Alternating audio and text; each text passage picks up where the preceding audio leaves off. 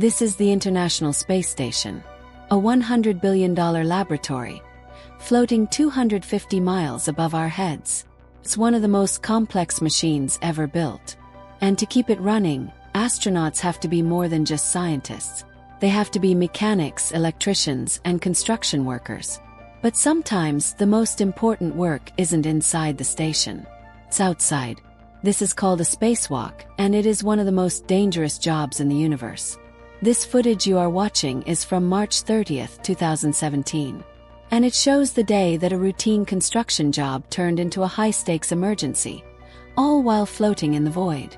These are our two astronauts, NASA's Shane Kimbrough, the expedition commander, and Peggy Whitson, the flight engineer. This is a very special day for Peggy.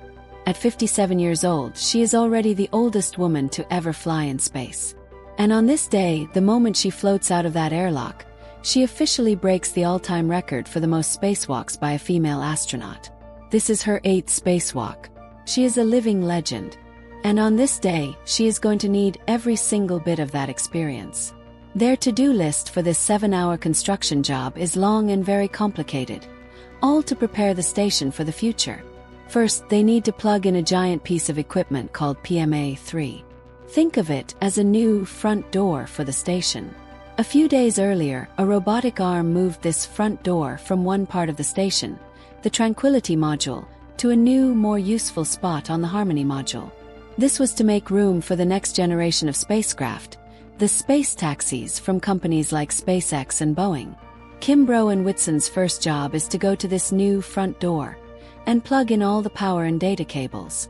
Second, they have to install upgraded computer relay boxes on the station's main backbone, which is like upgrading the station's brain.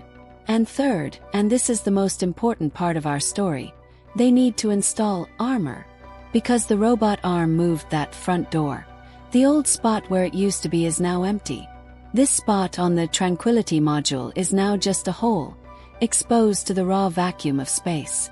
This is a very, very big problem. Space isn't just empty and cold. It's filled with tiny microscopic pieces of dust and debris, leftovers from old satellites. They are called micrometeoroids, and they travel at thousands of miles per hour. Even a speck of paint moving that fast can hit with the force of a bullet. This exposed port is a weak spot in the station's armor. It's also exposed to extreme temperatures, over 250 degrees Fahrenheit in the sun, and 250 degrees below zero in the shadow. This can warp and damage the sensitive port forever. So their third job is to cover this hole. They brought 4 special covers with them. These aren't simple metal plates.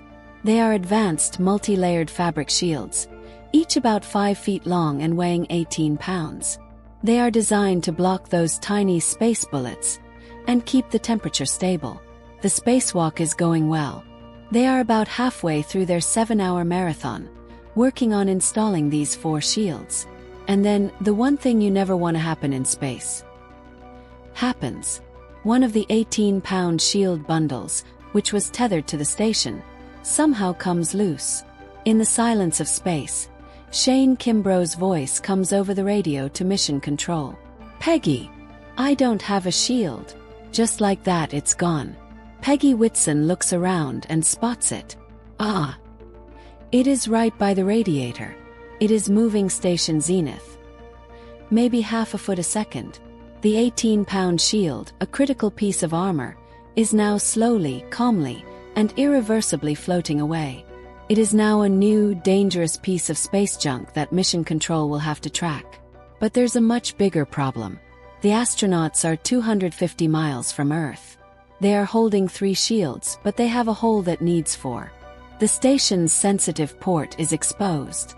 They can't just leave it. What do you do now? This is where the other team comes in.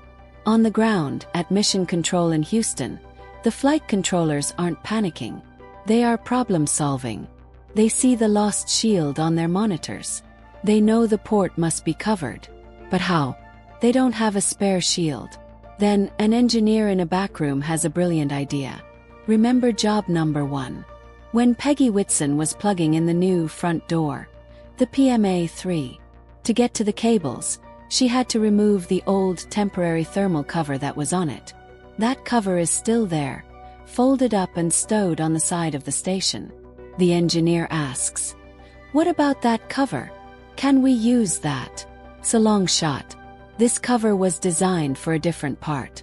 It's not the right shape. It's not designed to be the permanent armor. But it is made of the same protective, multi-layered fabric. Back in Houston, the engineering team scrambles. They grab physical, real-life replicas of the equipment and lay them on the floor to figure out in real time if it's even possible. Can it cover the hole? How can they attach it? It doesn't have the right latches. But the astronauts have extra tethers. Within minutes, Mission Control radios up a brand new, completely improvised plan. They tell Peggy and Shane to go get the old cover they had removed hours ago.